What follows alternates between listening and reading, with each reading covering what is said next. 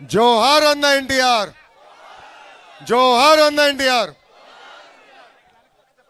వేదిక మీద ఉన్న పెద్దలు, నేనెప్పుడు నా మెంటర్గా భావిస్తున్న గౌరవ కేంద్ర మంత్రి కుమారస్వామి గారికి, అదేవిధంగా వేదిక మీద ఉన్న ఇతర పెద్దలు మహారథులందరికీ నా హృదయపూర్వక నమస్కారాలు.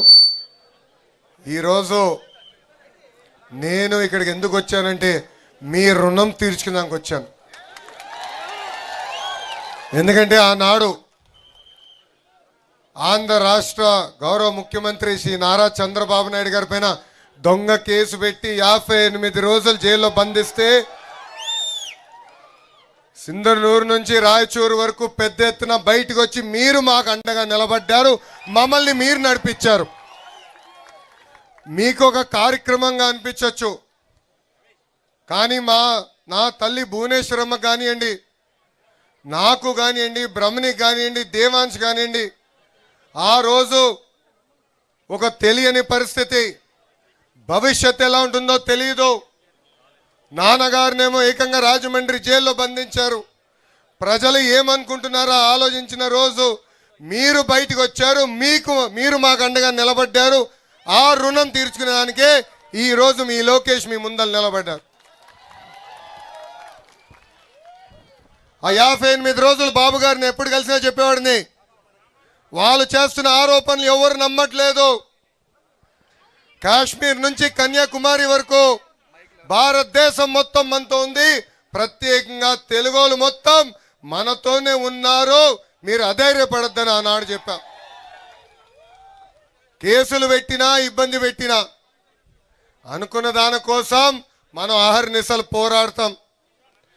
విశ్వవిఖ్యాత నడ సార్వభౌమ స్వర్గశ్రీ నందమూరి తారక రామారావు గారు ఏ ముహూర్తంలో పార్టీ స్థాపించారో తెలియదు, కానీ ఆయన పునాది ఎవరు కదిలించలేరు.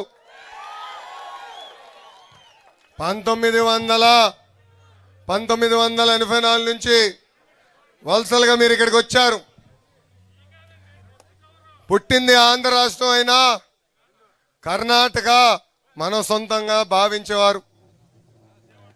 ఒక మాటలో చెప్పాలంటే ఇక్కడ మీ అందరికీ కర్ణాటక సొంత తల్లి లాంటిది. అద్భుతంగా చూసుకున్నారు.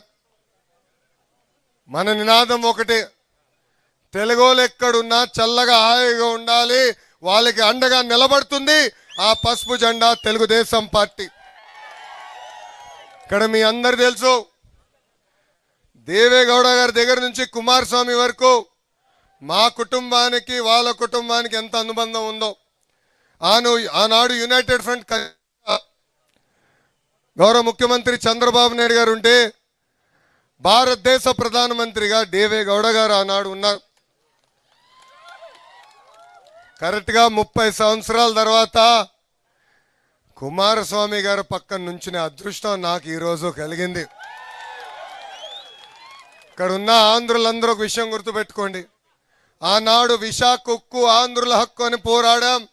విశాఖపట్నానికి స్టీల్ ప్లాంట్ తీసుకొచ్చాం. గత పాలకుల వల్ల విశాఖ ఉక్కు అనేక ఇబ్బందులు పడింది, మూతపడే పరిస్థితి వచ్చింది. కానీ నేనుండా మీకు అండగా నిలబడతానని చెప్పిన ఏకైక వ్యక్తి గౌరవనీయులు కుమారస్వామి గారు. నేను ఎప్పుడు భయపడేవాడిని విశాఖ ఉక్కుకి ఏమవుతుందని. గౌరవ ఎంపీ గారు ఉన్నారు, భరత్ గారు, విశాఖపట్నం ఎంపీ గారు, ఆయనకి ఎప్పుడు చెప్పేవారిని, సార్ నేను ఒక్కసారి ఆయన కన్విన్స్ చేయని.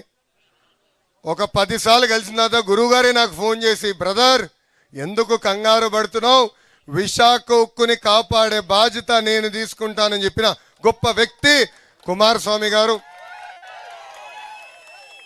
అది ఒకటే కాదు, రెండోది ఆర్సిలర్ మిత్తల్ స్టీల్ ప్లాంట్, భారతదేశంలోని అతి పెద్ద గ్రీన్ స్టీల్ ప్లాంట్ ఈరోజు అనకాపల్లికి వచ్చిందంటే దానికి కారణం కూడా కుమారస్వామి గారు. అందుకే ఈ సభాముఖంగా ఇంకో విషయం చెప్పాలనుకున్నా, సార్ మేము మీకు రుణపడి ఉన్నాం. People of Andhra Pradesh owe you a lot. So we look forward to working with you. We look forward to taking our two great states together forward and develop it, and not only make India proud, but in the process, make Karnataka and Andhra Pradesh proud, sir. Thank you very much for your support. You've always stood by me personally, and you are a great mentor to all of us. ఇంత అద్భుతంగా మనకి అండగా నిలబడిన కుమారస్వామి గారికి హృదయపూర్వక ధన్యవాదాలు తెలుపుకుంటూ, నాకు ఇంత అద్భుతమైన అవకాశం ఇచ్చిన మీ అందరికీ పేరు పేరున నా హృదయపూర్వక ధన్యవాదాలు తెలుపుకుంటూ మీ అందరి దగ్గర నుంచి సెలవు తీసుకుంటున్నా. కుమారస్వామి గారి నాయకత్వం, కుమారస్వామి గారి నాయకత్వం, చంద్రబాబు నాయుడు గారి నాయకత్వం, చంద్రబాబు నాయుడు గారి నాయకత్వం. జోహార్ అన్న ఎన్టీఆర్, జోహార్ అన్న ఎన్టీఆర్. జై హింద్. అందరికీ నమస్కారం. Thank you.